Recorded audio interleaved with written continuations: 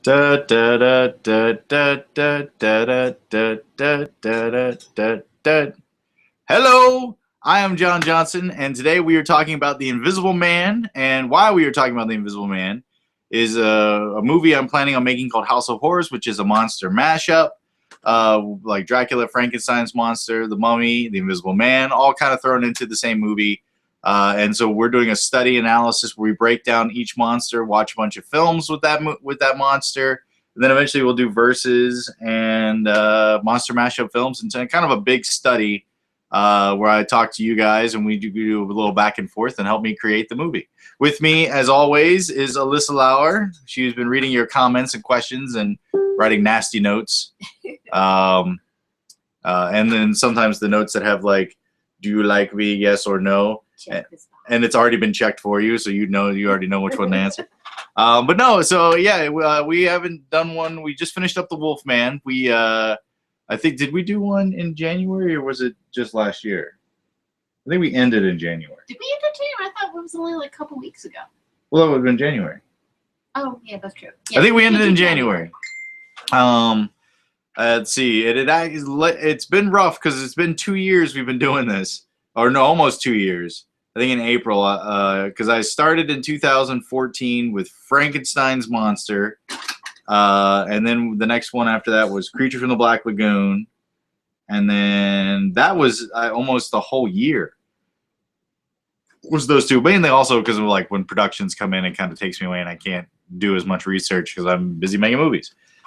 Then we did Creature from the Black Lagoon. Then we did Hyde, which was a heavy study.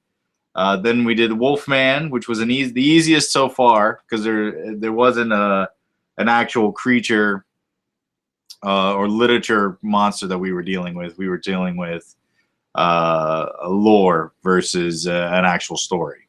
Where now we are on The Invisible Man, which isn't as difficult, but it is based on a story that I'm not completely familiar with yet because I haven't gotten to it. I'm doing the films first. I have a general idea of the story, but I will know a lot more about it as we go through this. Today we're going to be talking about two movies. The Invisible Man, 1933. Is it 33? 33. 33, the Universal film. And we'll be talking about Memoirs of the Invisible Man, directed by John Carpenter from like 1992, which isn't exactly a remake. I think it's based on a different book. They're both based on, one's H.G. Wells' The Invisible Man. In my research, I found another book called Invisible Man, which is about a black man in society. Not the same thing. But The Invisible Man is about a guy who turns invisible. So yeah, and we're gonna answer some of your questions. We'll talk about the two movies, and if you take the ride with us, I think once a week we'll be doing another show talking about. You can go see the list if you go to House of Horrors on Facebook. There's a page, and at the top of the page is a list of all the movies and additional things that I'll be putting in my studies, and also what I have done in the past. If you want to do like a recap, we might do that. We'll do like a big recap show. Eventually after we get through this, because after The Invisible Man, I think the next one is going to be The Mummy, then Dracula, then Bride. Then we go on to versus films, which is only two monsters. They don't have to fight, but just a movie with only two monsters. And then monster mashups, which are movies with three or more monsters in it. Once again, they don't have to fight per se, but they have to be in it. And versus films will probably be our shortest route because I think those are the least amount. But you never know. Every time I start doing research on one of these, I find a million more movies than I thought ever existed, which is great. All right, so let's go to a question. Okay, first one is from Stephen Har. If you were the Invisible Man, would you run around trolling people, like pulling down their pants in public, etc., and peeping on chicks? Probably the first day. Just curious, like testing your abilities. But it actually sounds a lot more horrible because they mention it in brief things. If you eat something, people see the food like that. Once it's fully digested, it becomes invisible with you. Would that include poop, though? I mean, I guess the poop's invisible. So far as those two movies are concerned, they don't talk about, like, you never see their bowels doing anything. So I guess once it's digested, the cells, the invisible cells, have merged with it so much that it becomes invisible itself. That's gross. It's very invisible poop. Person. Yeah, that would not be so good. But the other thing is that he has no eyelids, so you can't really sleep because you close your eyes and you're still seeing, like, you know, the sky and stuff. Well, he does have eyelids. They're just invisible. Right, but so if they're still covering his eyes. But they're not stopping his sight though. Like if you blink, no, they say it in the book or in the movie that he closes his eyes, he can still see the wall. So he's got to put on the goggles to be able to close his eyes. So that part would be a little frustrating, and then also just the dangers of it, of like things and people not seeing you, like cars and things like that, and how dangerous that could be. It would be a cool power to turn on and off, but I don't think it'd be great to just have. Where like I definitely would find that as more of a curse. I mean, there's a couple cool things you can do. Now, if you are the Invisible Man, as in H.G. Wells' Invisible Man, that means you're naked. That's the only way you can be invisible, is with your dick hanging out. Which, when you watch that movie, that's all I think about is that guy is running around doing these things butt naked. Now, Memoirs of the Invisible Man, his clothes that he was wearing became invisible with him, which was kind of cool because he couldn't even see the clothes. So when he'd take his jacket off and put it down, he couldn't find it, like he has to remember where he put his stuff because he can't see it as well. So that was kind of cool. That was a good addition. But it's very complicated. But yeah, I'd probably peek in on Alyssa, see what she does. And then maybe trip one. I don't know. It depends if somebody really angered you. But the big difference between the two films is that in the H.G. Wells version, there's a side effect which makes you crazy, where you become invisible, you go insane. Where Memoirs of the Invisible Man, you learn to live with it, and the drug does not affect you mentally. I think that I'm sure we'll be dealing with that in the lore of the Universal films as well, because one's called The Invisible Agent, which I've never seen, which is like, I think the 4th film. I think there are 5 total films of the Universal franchise, and I think he's a good guy, so obviously the drugs aren't monocaine, I think was the drug name that made you invisible but also made you crazy. That was a long introduction and a long-winded question, a long-winded answer to your question, Stephen. And I did that because you missed the last show and I missed you, and I felt like I needed to get you caught up with me jibber-jabbering for like 10 minutes. Next question. Next question is from Stephen Hart. P.S. Any chance you guys could mention my movie, Diary of a Fat Man? Diary of a Fat Man can be, it's Facebook. He's got a Facebook page for it. You can Facebook search it and hit that like button and support our supporter. And I think I've already done it. So everybody else needs to get on that train and like the Aussies' Diary of a Fat Man. I will like that page too. There you go. So I guess discussing the first movie, the H.G. Wells adaptation, The Invisible Man. I haven't read the book yet. I actually am, because it's a short book, so I'm able to do it. I don't know what the differences between their adaptation and the book are yet. I will, I guess, soon enough. But I definitely, like, it kind of shocked me on how good it was. Like, how well done the movie was. And some of the effects that they're doing, we still do to this day. Just using a different medium of how they do it versus chroma key as much. It's all CG, but still, like, they're just visual effects are... I mean, they did everything from silly gags, from things being pulled with strings to fall over, and people throwing themselves around, to, like, you know, the coat. And I'm guessing back then they didn't do green screen or blue screen. So what they did was a black cloth. So he was just in a black cloth outfit that they crossfade. That's why you can kind of see through the shirt. because they faded it to the point where they fade the darks and the lights, and that got it to make him look invisible. I'm not 100% sure of that, but I know that's how they did it for other movies of that time period, so I'm guessing that this is probably the one that started it. Claude Rains was great. The dialogue was great.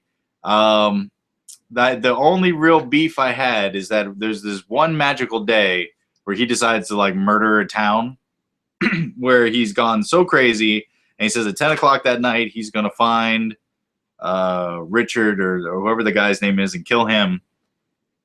But in that, he kills a bunch of random people using his abilities, which is cool. But then he also like murders a train full of people by just flipping the switch, making the train go off the tracks and crash. Two things I had with that was, one, like it was on a mountain. So like during this day of massacre, he went up a mountain and flipped some train tracks to make a train go off. But also, you didn't have to be invisible to do that. You could literally just go up there and flip the track and cause the murder mayhem. So that was the only thing that was like a little weird, but I think they were doing it just so they had like another model explosion. They were given a little Michael Bay flavor from the 30s. But all the other murders that he did I thought were cool, and like just kind of losing his mind was awesome. I actually think I think this might be stronger than the Wolfman Universal film, just for the way it's put together. It's hard to, because he's not exactly a monster, but he's batshit crazy, which kind of makes him that monster. But it is like he's already thinking. Granted, it is the 30s, so this would have been in between World War I and II. So he talks about an army of invisible men. He's thinking about it on that scale already as a writer. And I believe it was directed by James Whale, who did Bride of Frankenstein, and he had a horrible ending. I think he was like dead in a swimming pool in real life. Poor bastard. No one knows. The foul play hadn't been ruled out, but they couldn't have anything to figure it out, so no one knows what really happened to him. But he had done some great movies. But yeah, that's basically my take on it. It's really, really good. I'm not too familiar with the rest of the series. I may have seen one of the other ones, but I don't think I have, so it's kind of fun. I know it's a different guy every time. It's not Griffin, because they die every time they become the Invisible Man. And I think there is an Invisible Woman in there somewhere. They could have an invisible baby. Oh, yeah. I'm sure somewhere in these studies we're going to come across that. Well, in Memoirs of an Invisible Man, she was pregnant. So I don't know. It was like, because obviously it was invisible semen. Oh, so it was while he was invisible, she got pregnant. Right. But she just had the baby in the oven. So, like, we don't know what really comes of it. All right, let's do another question. Okay. This is from Rhonda Hicken. Mm.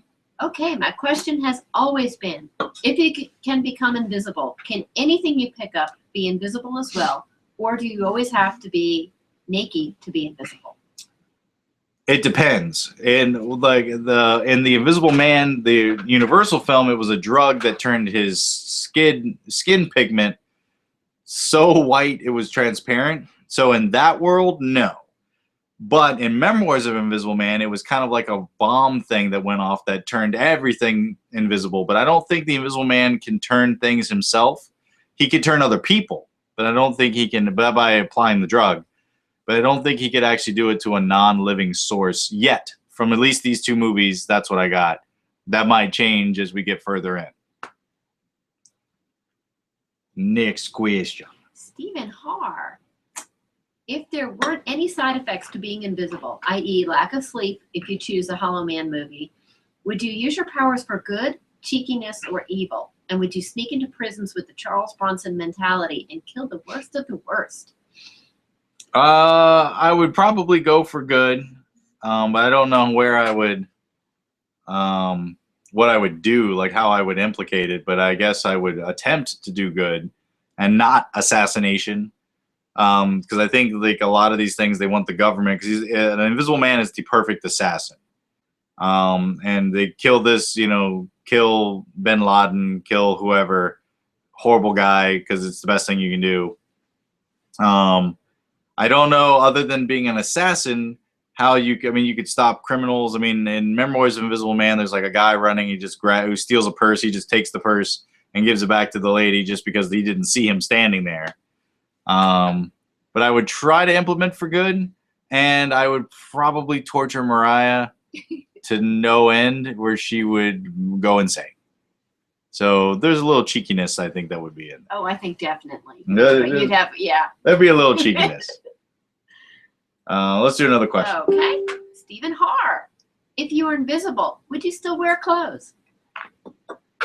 Well, yeah, I hope. Because I think you'd be freezing. But then it would take away the invisibility. Right. But then, I mean, you'd have to just use it when you could. And Memoirs of the Invisible Man, he wore like a makeup. Well, that does help that Mariah's a makeup effects artist. Mm-hmm. There might be something in not making me look a little bit more normal.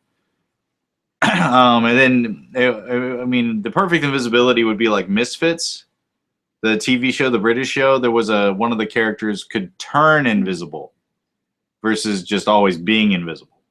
And that would be, I think, the better of the choices.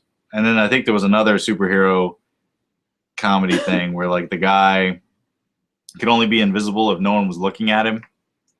So if you look at him, he's visible, but if you're not looking at him, he's invisible, which works on security cameras. Can't see him, like electronics, so he could get past security cameras. But if you looked at him, he would be seen. And once again, I think he had to be naked for that to happen. All this nakedness. Yeah, that's way too complicated. Yeah. You know, because then. Well, I think it was a joke. Yeah, because you couldn't really get away with anything because you'd be naked all the time, and that would kind of. Yeah, the second that somebody sees you, he's like, well, all right. Yeah. You're also very vulnerable. Unless you like. Especially if you're a dude. Rob like diamond stores or something when they're closed. Yeah, if you something like that, you could. 3 a.m. when no one's around. Yeah, that would be the only thing I think you can really use it for. Yeah. Because even if the cops show up, you could just sit against the wall and wait them out. Although you couldn't be holding this. You couldn't. Diamonds, yeah, and they'd be like. Yeah, you got suitcase walking. Well, it's a safety net in case it goes wrong. Yeah. Another question. Another question for you, Kenneth Tabor. Claude Rains had a very unique voice that made the character. Since the visual wasn't there, will that be a trait you seek for yours? Well, yeah. I've done a lot of thinking about the Invisible Man and how to fight him.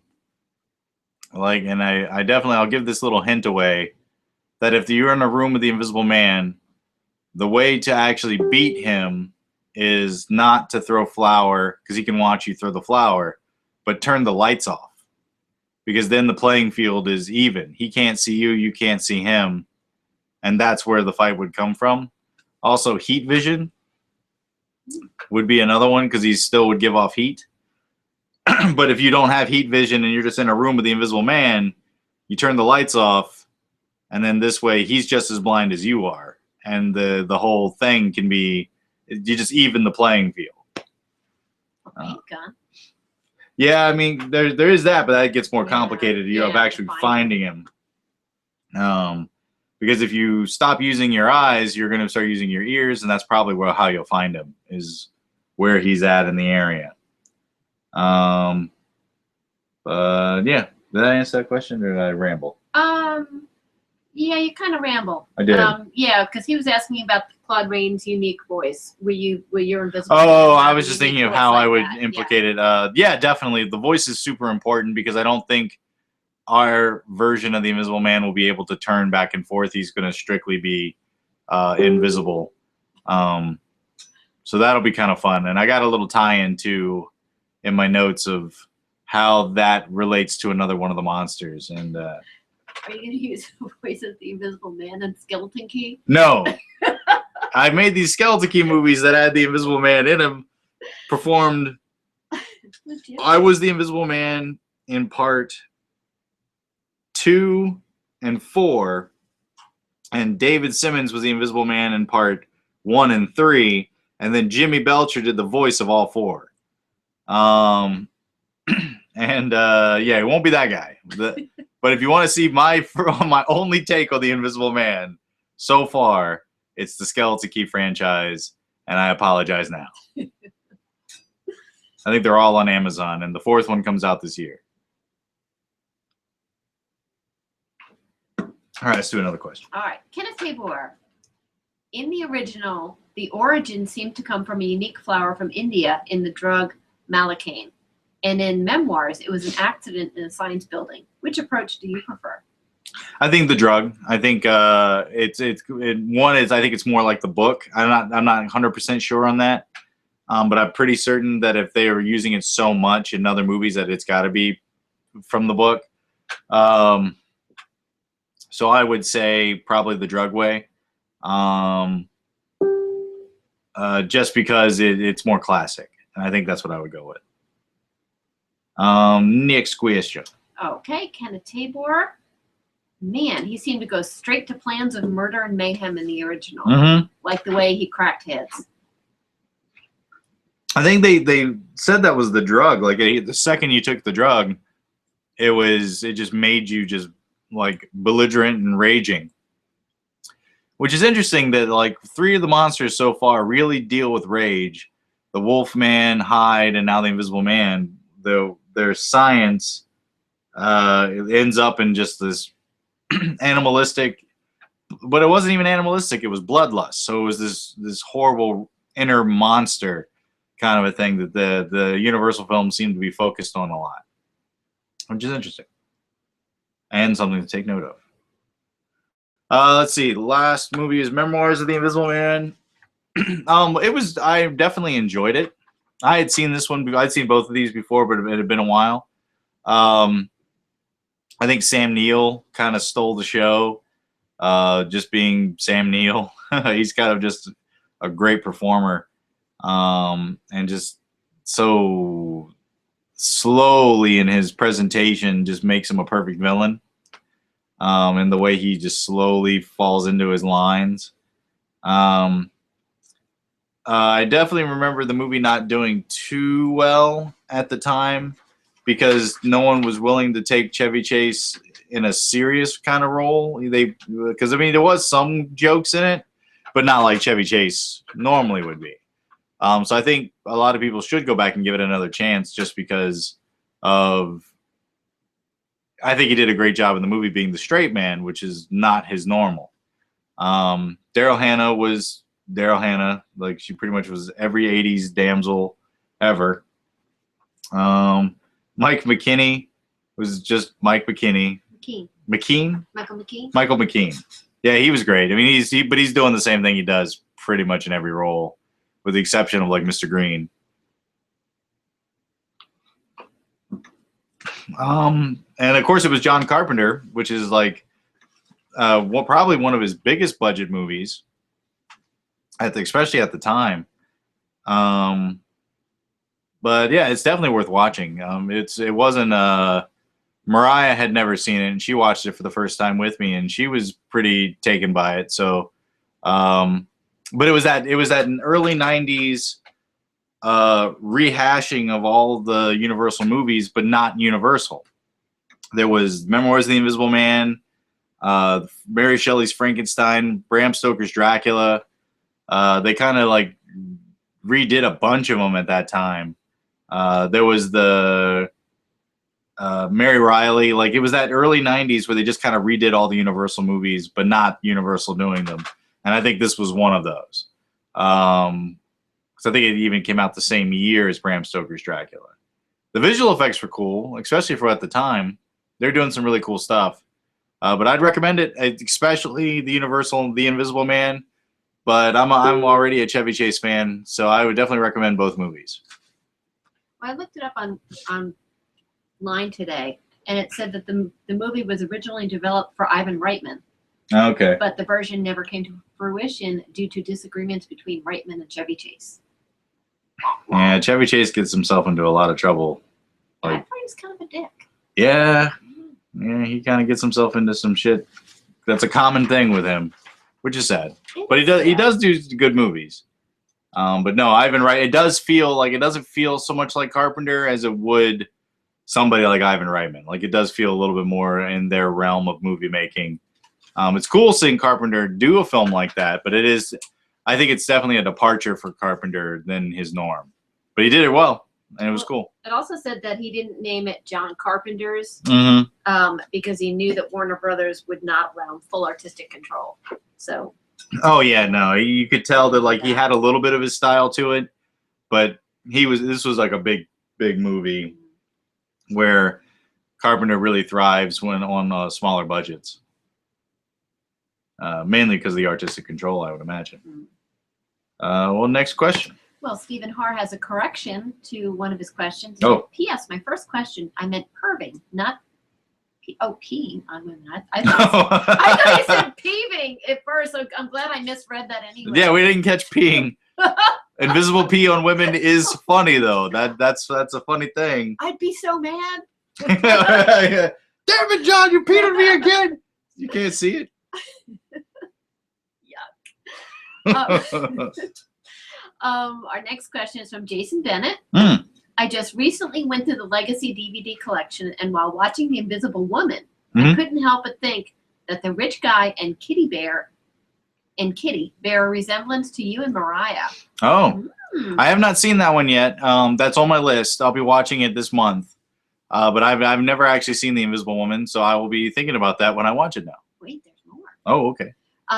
While the hair and makeup are different from anything I've seen her do, I'm pretty sure she could pull that off without a great deal of trouble.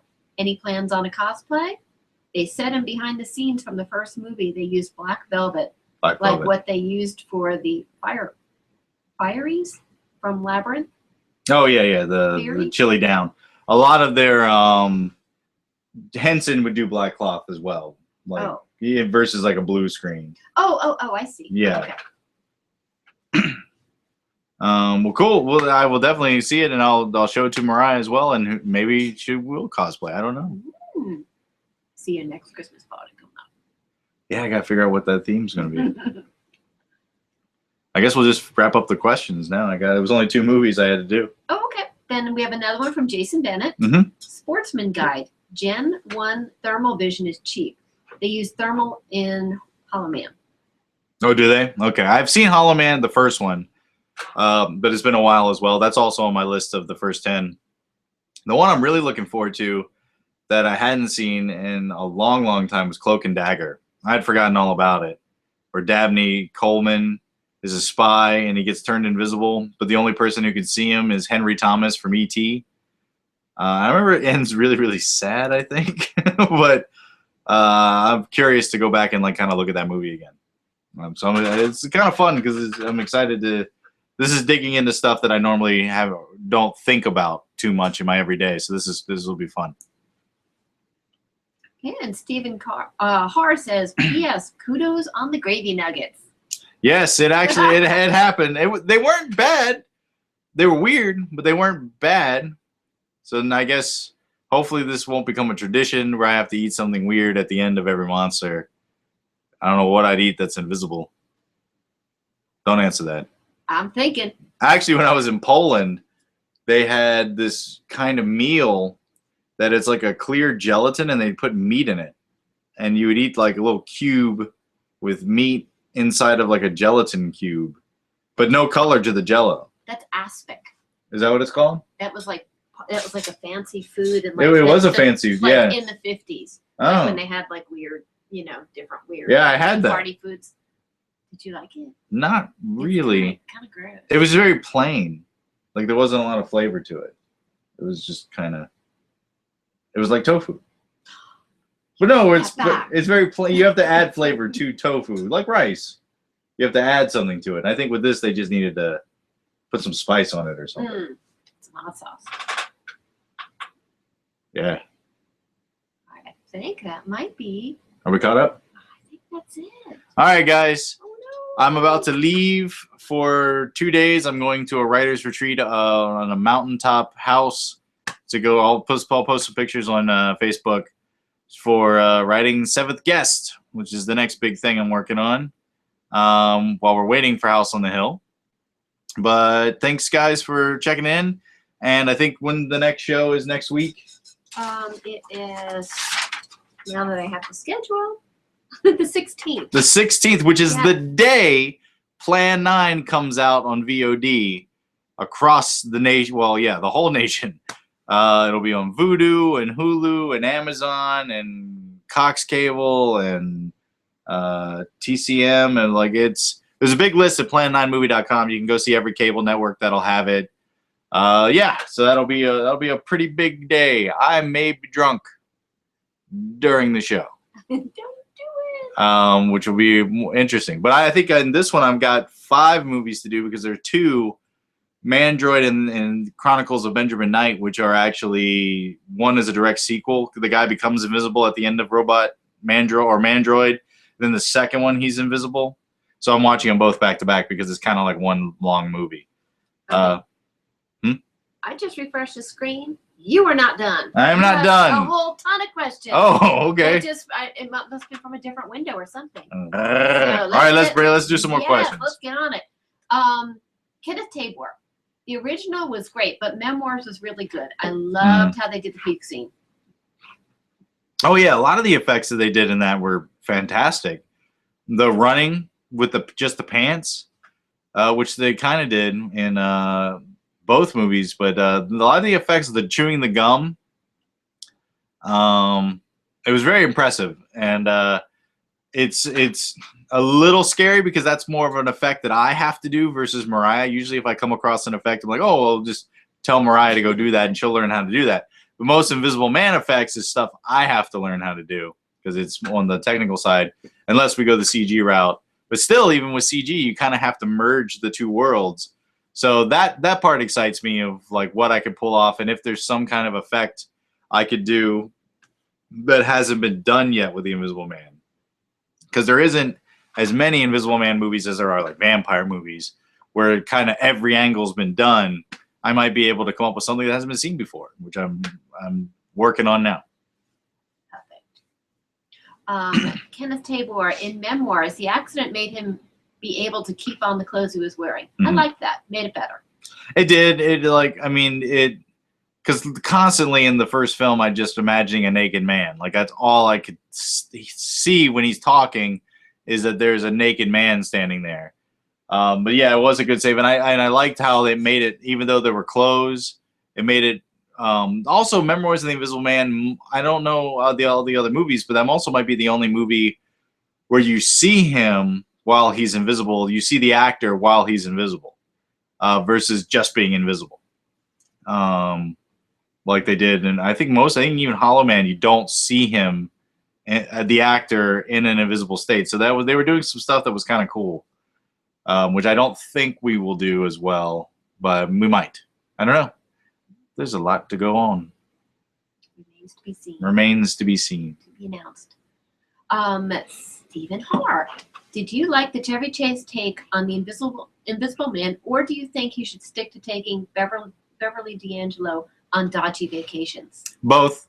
I think there's room for both. I like Chevy. I've heard that he's not the greatest man, but I've definitely enjoyed most of his movies. So, I mean, I'm a Fletch fan. But I liked seeing him in a straightforward role. He'll probably never get that kind of role again. But it was kind of cool to see. But I prefer him funny, just because he's so good at it. But it was nice. It was nice to kind of see him try something, which is cool. Okay, Stephen Haar, if you can turn invisible at will, what would you do, and who would you kick in the nuts? Well, I wouldn't kick her in the nuts. I don't have any. But I would be doing terrible things, and just say it's one of her cats, so she won't know. No. I'll be needing her. Just. Like, oh, I love you. Wait a minute. Those paws are huge. I would probably definitely torture some people, and I have some friends that believe in ghosts, and they're gonna really believe in ghosts if I turn invisible.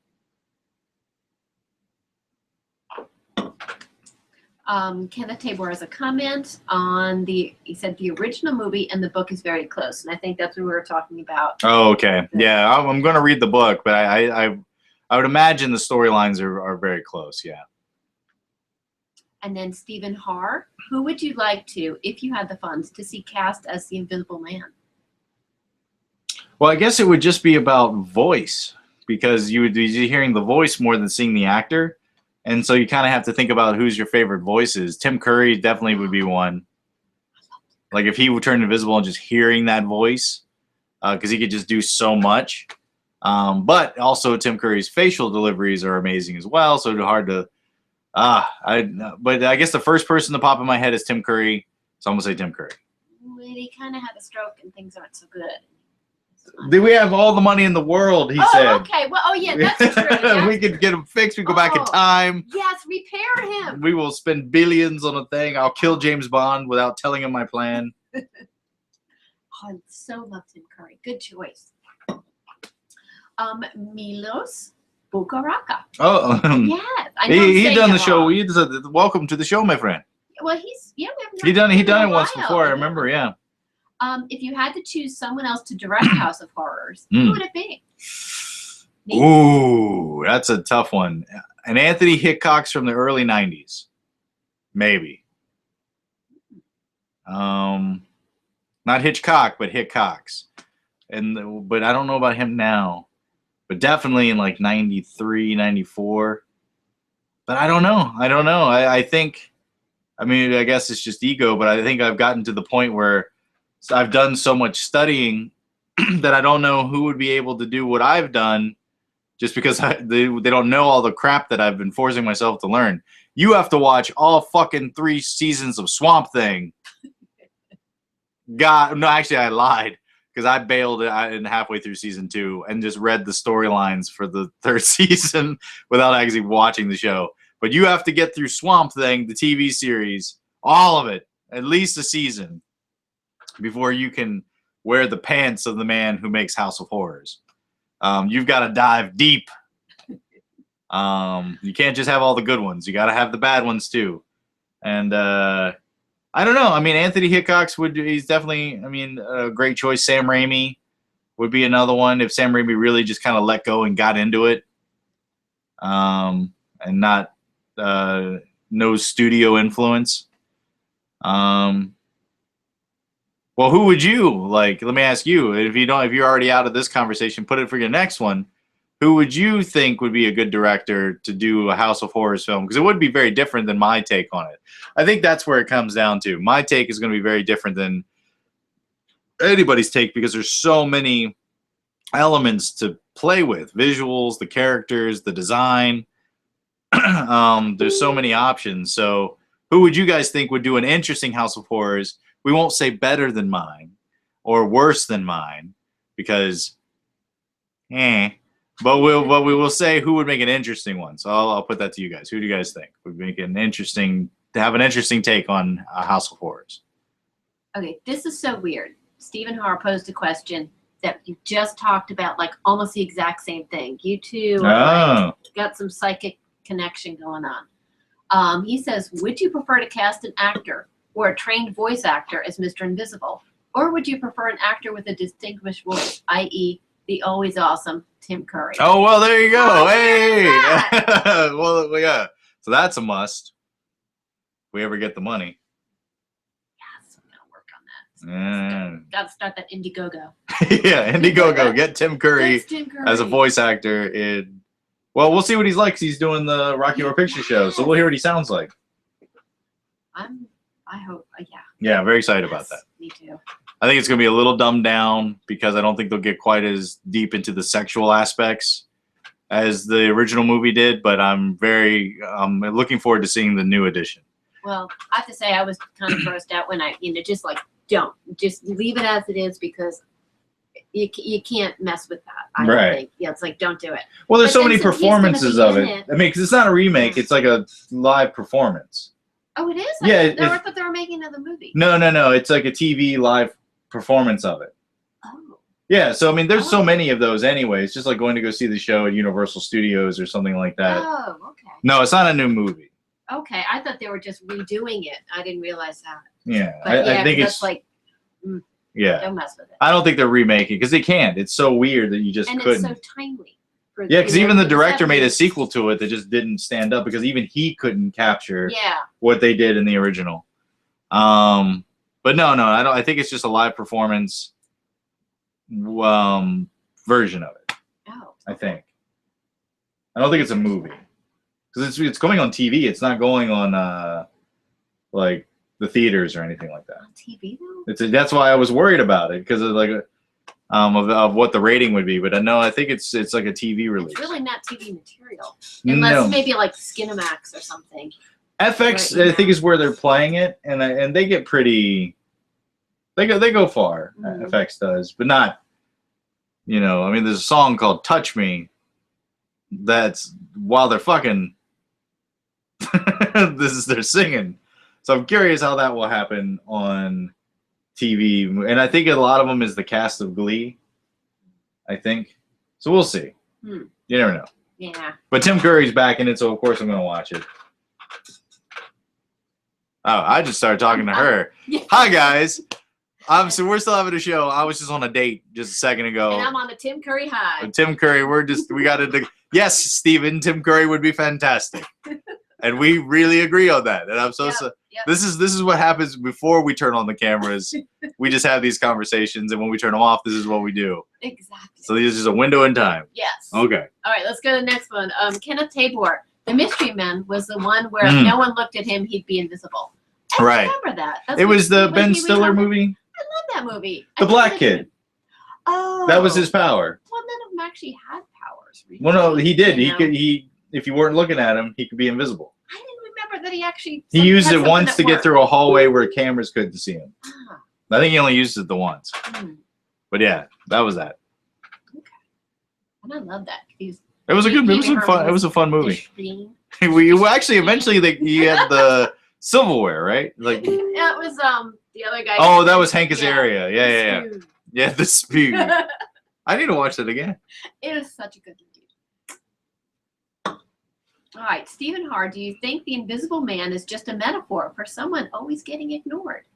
That's that's what that second book was about, called Invisible Man, which is a black man in like society in like the 70s, not being recognized by anybody.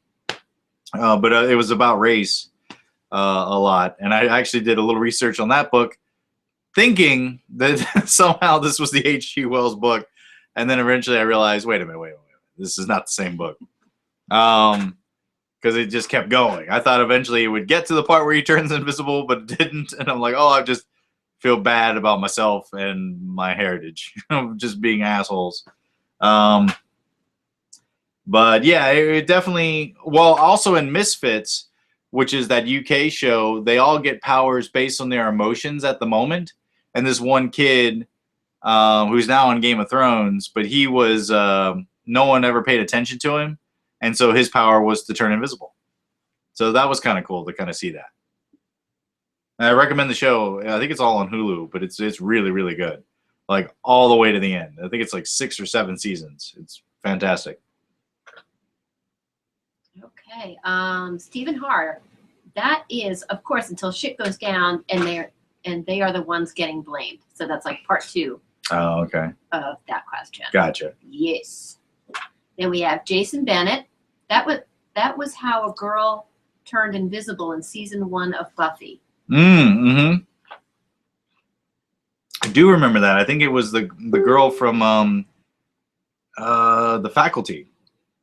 She had done a bunch of that stuff. But I do remember the Invisible Girl episode of Buffy. Yeah, it was pretty solid. Stephen Hart has a comment. This is why I love him. I would like to point out that Alyssa is still a legend. With a smiley face. There you go. Getting a little love. And then we have a question from Ken. Thank you, Stephen. We have a question from Kenneth Tabor. In the original, it seemed life as the Invisible Man went down quick. Will you be showing the good and bad of that life in your version? I don't think I don't know for certain, but I have a feeling that the majority of this won't take place over a long period of time. It'll all take place over like a week, because otherwise all these monsters kind of in and around each other, they're not going to agree on life and decisions. But you never know. There could be some time with it, but my first gut is that the storyline will happen rather quickly, I would think. And we have a comment from Johnny Sullivan. Johnny Sullivan. Yes. Johnny Sullivan, if you guys don't know, is a stuntman and production manager we work with all the time. And I think I've set him on fire maybe half a dozen times for movies. So if you see a man on fire in any trailer or movie that I've done, that's usually, well, no, it's only, well, no, we did set 2 other people on fire. But if it's a full body burn, that's Johnny Sullivan. He said, and this is about the Rocky Horror. He said, no, it's being remade. Fox, I believe, is behind it. Rumor is Tim Curry is coming in as Dr. Scott. So I thought Tim Curry was going to be the announcer, the host of it, the guy who's like, it's just a jump to the left. Yeah, that's what I thought. I think he is going to be the... But he's in the wheelchair, so people would think, Dr. Scott. But yeah. I thought he was more the narrator. And it's I think he is right. It's Fox, so it's FX. But I thought it was like a live performance. I don't know. Maybe it is a straightforward, like, made-for-TV movie. Point with Google later. Yeah, we'll figure that out. Yes. So thank you, Johnny. Stephen Haar, if the discussion at hand was the Invisible Woman, my girlfriend would be a point topic. Then we have Kenneth Tabor. In both movies, I thought the love interest was used differently. Do you think you will have one for yours? Probably not to the Invisible Man. Mainly because, well, I don't want to give it away. But if you ask me privately, I'll give you a hint of the connection because all the characters have to be connected, and I found a perfect thing for the Invisible Man to be connected to another character. So the Invisible Man is also possibly kind of another monster, but not Dracula or anything, like, not one of the main monsters, but affiliated with one of the monsters. We'll see. Yes. But there probably won't be a love interest to him. I, of course, like Daryl Hannah's, the other girl just cried a lot and was screaming a lot. But not as much as the lady who ran the tavern. That was pretty intense. It was hilarious. There was a lot of comedy to it. But yeah, I don't think Invisible Man will have a love interest. But there will be some. I'll say that. I do got some connections of some love things happening. But it wouldn't be that it wouldn't take the front run of the movie, but it would have a close, like, it would be a sub story. Oh no. Everything's fine. Jason Bennett, the wise guy Invisible Man Rodney Skinner from League of Extraordinary Gentlemen, seemed to have some fun lines. Should we expect the smart-ass lines? Maybe. Probably. Well, depends. If everything goes the way that I'm originally thinking of the story developing now, no, it's good. He's going to be terrifying. Not quite as savvy as that guy was. I will be watching that movie again when I get to Monster Mashups. But right now, I'm thinking of making him pretty scary. That's all we have. All right. I refreshed the screen and everything. So. We are all caught up.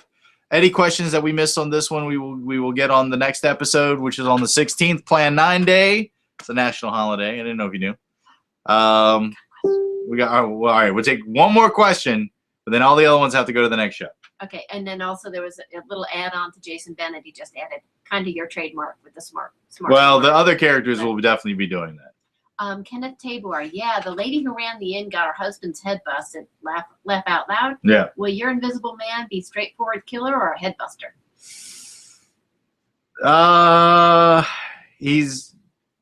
Well, it depends. I mean, once I get through the rest of the study, I might change my mind. But right now, he's definitely somebody you don't want to meet ever, even if he was alive, or not alive, even if he was visible. This is not somebody you want to be trapped in a room with. So I'm starting with somebody who's already bad before, and them becoming invisible and turning them bad. They're already awful. And it's actually a character that you guys would know, or a character-esque that you guys would already know. I'll just leave it at that. All right. Rest of the questions we're going to get to in the next episode, which is on the 16th, which is Plan 9 Day. I will probably be drinking and probably need to be driven home because that's going to be a big day for me. But yeah, guys, I'm about to take off, go to a mountaintop right, 7th guest, and I will be barking at you in a week. Da da da da da da da da da da da.